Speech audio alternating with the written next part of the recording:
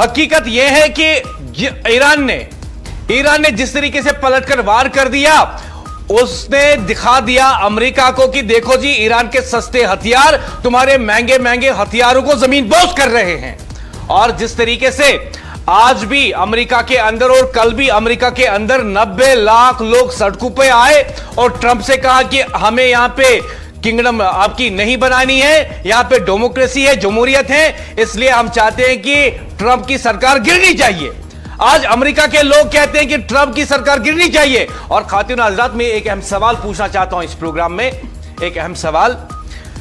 कुछ एहतिजाजी मुजाहरे हुए थे ईरान के अंदर और ट्रंप बड़े बड़े बयान दे रहा था, कह रहा था कि वहां के लोग आजादी चाहते हैं इस रिजीम से, ईरान की रिजीम से, ईरान की हुकूमत से, इसलिए लोग सड़कों पे आए और हम उनकी मदद के लिए आएंगे, ऐसा ट्रंप ने कहा। लेकिन मैं एक सवाल पूछना चाहता हूं, आज अमेरिका में 90 लाख लोग सड़कों पे आते हैं, एहतिजाजी मुजाहरे करते हैं, तो क्या दुनिया के कुछ ममालिक कहे ट्रंप से, अमेरिका के लोगों से कि हां आप ऐसे ही एहतिजाज करो, हम मदद के लिए आ रहे हैं, अगर ट्रंप की हुकूमत नहीं गिरी तो हम अमेरिका पे बमबारी करेंगे और रिजीम चेंज करवाएंगे। अगर ट्रंप का लॉजिक देखा जाए, अगर ट्रंप का लॉजिक देखा जाए, तो फिर इस वक्त दुनिया के हर एक मुल्क को यह हक है कि वो बताए कि 90 लाख एहतिजाजी मुजाहिरीन अमेरिका के शहरी ट्रंप के खिलाफ एहतिजाज कर रहे हैं अमेरिका में और कह रहे हैं कि हमें ट्रंप की हुकूमत नहीं चाहिए। आज लाखों लोग इसराइल के अंदर नेतन्याहू की हुकूमत के खिलाफ एहतिजाज कर रहे हैं। तो इसका मतलब यह है ट्रंप के लॉजिक से कि दुनिया के कई ममालिक जो है उनका हक बनता है कि वो इसराइल के ऊपर बमबारी करे और इसराइल के लोगों को कहे कि ऐसे ही एहतिजाज करते रहो, हम तुम्हारी मदद के लिए आ रहे हैं।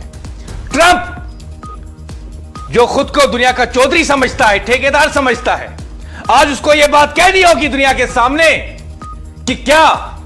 जब ईरान में थोड़े से लोग एहतिजाज करने के लिए आए तो किस हक से वो कहता है कि मैं उनकी मदद के लिए जाऊंगा और वहां पे रिजीम चेंज करूंगा। और जब आज अमेरिका में 90 लाख लोग एहतिजाज करते हैं, तो बताइए क्या दुनिया के कुछ ममालिक, क्या सारे ममालिक कह सकते हैं कि हम अमेरिका पे बमबारी करेंगे अगर ट्रंप ने हुकूमत नहीं छोड़ी? क्योंकि 90 लाख अमेरिकी शहरी खुद ये चाहते हैं कि ट्रंप जो है हुकूमत छोड़ दे। रफी, आपसे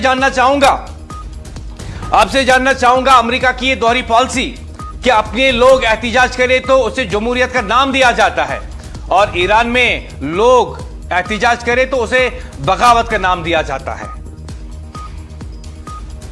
मुदस्सिर, सबसे पहले मैं आपको यहां पे बताना चाहता हूं कि जिस तरह से हम आज देख रहे हैं, जो पोस्ट अमेरिकी सदर डोनाल्ड ट्रंप की तरफ से किए जा रहे हैं, उनसे दुनिया को कोई फर्क नहीं पड़ रहा है। एक महीने पहले जो अमेरिकी सदर या अमेरिका का जो इंपैक्ट था वो अब खत्म हो चुका है। जिस तरह से आप जानते हैं, हालिया जो मदद अमेरिकी सदर डोनाल्ड ट्रंप ने नाटो के कई ममालिक से मांगी थी, उन्होंने सीधे तौर पे उनसे वो मदद जो है मुस्तरद की थी और कहा था कि वो अमेरिकी सदर का नहीं सुनेंगे, वो इस वॉर जोन में नहीं उतरेंगे, ये जंग अमेरिका की है और अमेरिका इस जंग से खुद लड़े और इस जंग से जीत के या हार के सामने आए। मैं आपको बता दूं कि आज किसी को फर्क नहीं पड़ रहा है कि डोनाल्ड ट्रंप क्या पोस्ट करते हैं, डोनाल्ड ट्रंप क्या कुछ स्टेटमेंट मीडिया में देते हैं, किसी को कोई फर्क नहीं पड़ रहा है। मैं आपको यहां पे बता दूं, आज जिस तरह से हम देख रहे हैं कि डोनाल्ड ट्रंप की तरफ से तकरीबन 3 जो पोस्ट है वो अपने सोशल मीडिया, सोशल ट्रुथ पे करते हैं, लेकिन कोई उनको